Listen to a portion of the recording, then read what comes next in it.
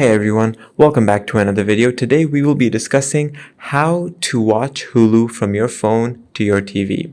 Let's get started. So this is a fairly simple process and there are a few ways to go about this.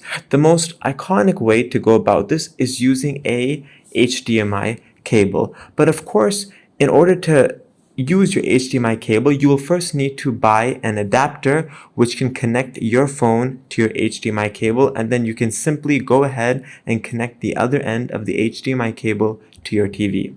Another way you can go about this is by simply casting your phone screen to your TV. And how that works is by first ensuring your phone and TV are connected to the same network. Then open up the Hulu app on your phone, select whatever you want to watch, and click on the cast feature to send it to your TV. And it's as simple as that. And there you have it. You have Hulu functioning on your TV.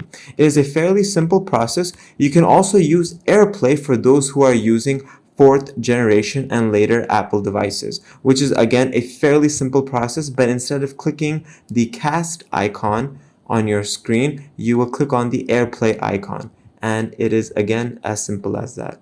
I hope this video was helpful. Thanks for watching.